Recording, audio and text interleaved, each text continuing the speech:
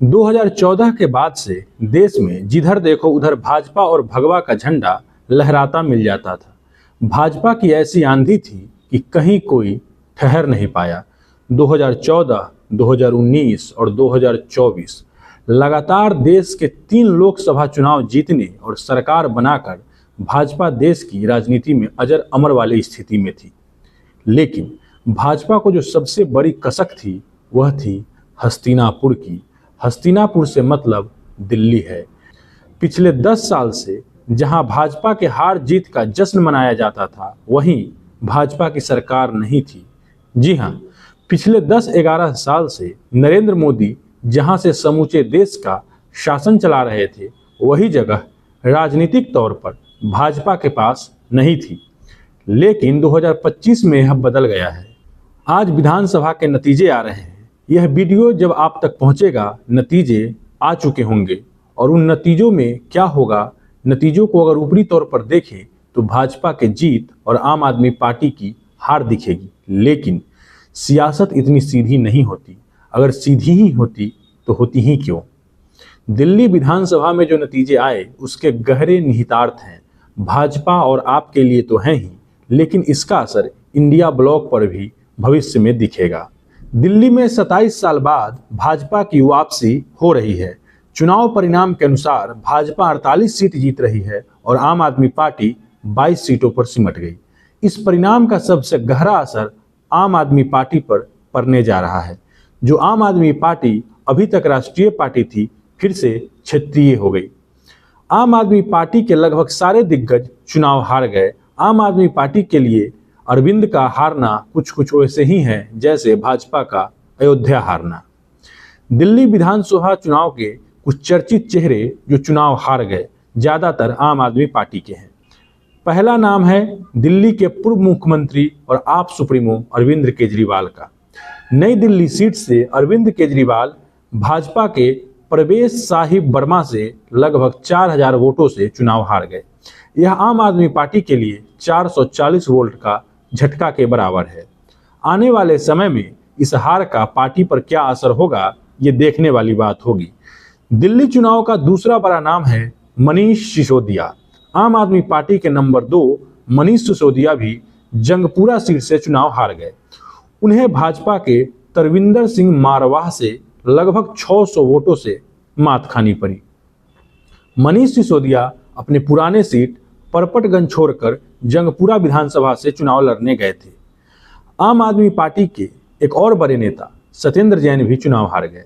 सत्येंद्र जैन वही हैं जिन्हें शराब नीति घोटाले में सबसे पहले गिरफ्तार किया गया था।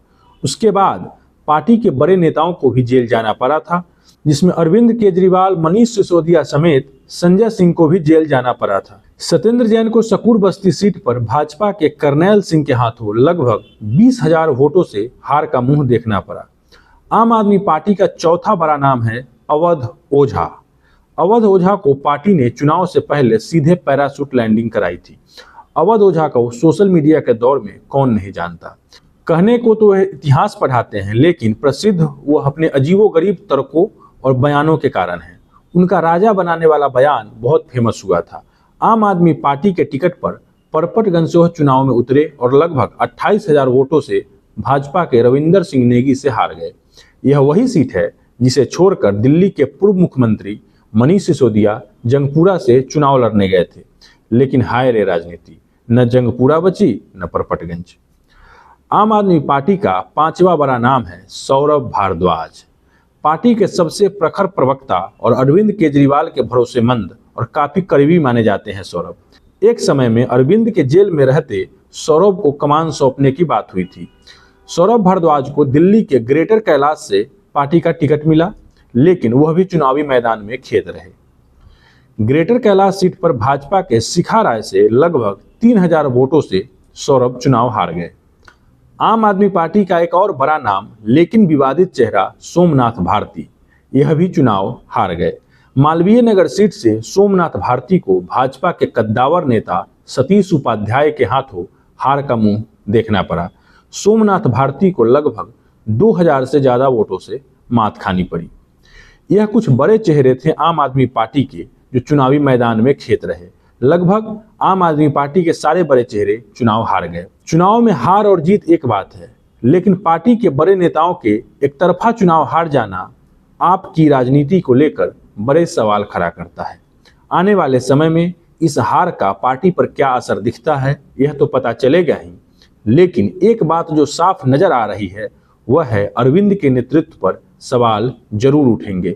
इस हार से अरविंद केजरीवाल के वन मैन आर्मी वाले छवि को नुकसान पहुंचा है।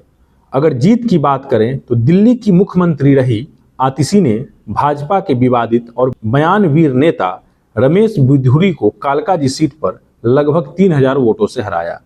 आम आदमी पार्टी के बड़े चेहरों की बात करें तो एकमात्र नाम जिसके सर जीत का सेहरा बंधा वह मुख्यमंत्री आतिशी रही।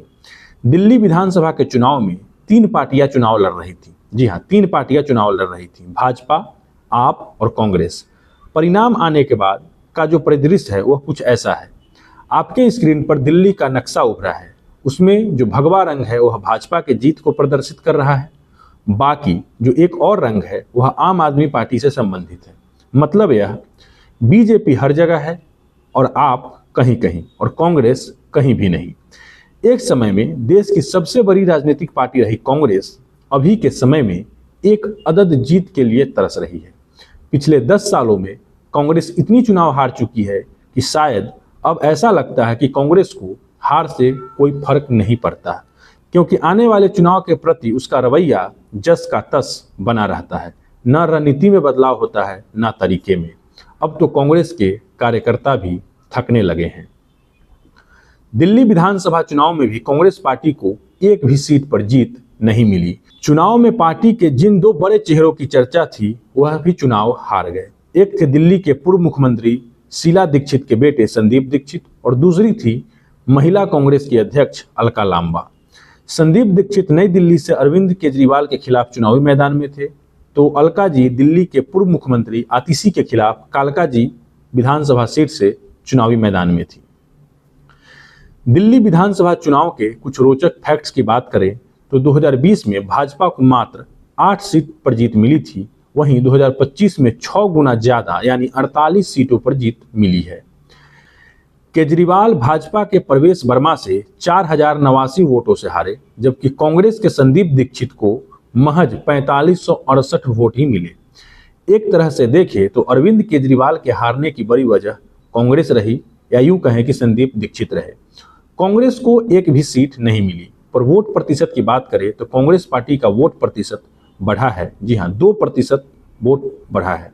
भाजपा के भी पिछले चुनाव के मुकाबले 39 सीटें बढ़ी है, वहीं आम आदमी पार्टी को 39 सीटों का नुकसान हुआ है। कांग्रेस इस बार भी खाली हाथ रही। भाजपा के पिछले चुनाव के मुकाबले वोट शेयर में 9% से ज्यादा का इजाफा हुआ है। आम आदमी पार्टी को 10% से ज्यादा का नुकसान हुआ है। चुनाव परिणाम के बाद दिल्ली भाजपा के नेताओं के बयान आए।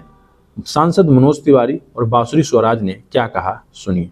1 दशक का यहाँ पर जो आम आदमी पार्टी का कुशासन था उसके खिलाफ और मोदी जी की गारंटी पे विश्वास जताया है दिल्ली के देवतुल्य मतदाता ने, और ये जो भरोसा आपने भाजपा पे दिखाया है हम इसे कभी शर्मिंदा नहीं होने देंगे। मोदी जी की गारंटी के प्रति जो विश्वास है दिल्ली के लोगों का दिखा है, वो ये तय हो गया है कि हरियाणा में जैसे लोग, महाराष्ट्र में जैसे लोग, अब मोदी जी अगर लिख के दे दिए संकल्प पत्र में तो फिर दुनिया की कोई ताकत, एक था ना जो बोलता था इस जन्म में नहीं, अरे इसी जन्म में तो बार बार हारेगा, और किसी के नजर से, वोट से क्या नजर से भी गिर जाएगा। Arvind Kejriwal bye bye tata, finish, खत्म, अब कभी नहीं। अरविंद केजरीवाल ने भी वीडियो जारी कर हार स्वीकार की और भाजपा को जीत की बधाई दी। उन्होंने यह भी बताया कि पिछले 10 साल में उन्होंने दिल्ली के लिए क्या क्या किया है। जनता का जो भी निर्णय है, जनता का जो भी फैसला है, उसे हम पूरी विनम्रता के साथ स्वीकार करते हैं। जनता का निर्णय सर माथे पर। मैं भारतीय जनता पार्टी को इस जीत के लिए बहुत बहुत बधाई देता हूं, और मैं उम्मीद करता हूं कि जिस उम्मीद के साथ और जिस आशा के साथ लोगों ने उनको बहुमत दिया है, वो उन सभी उम्मीदों और आशाओं पे पूरा उतरेंगे।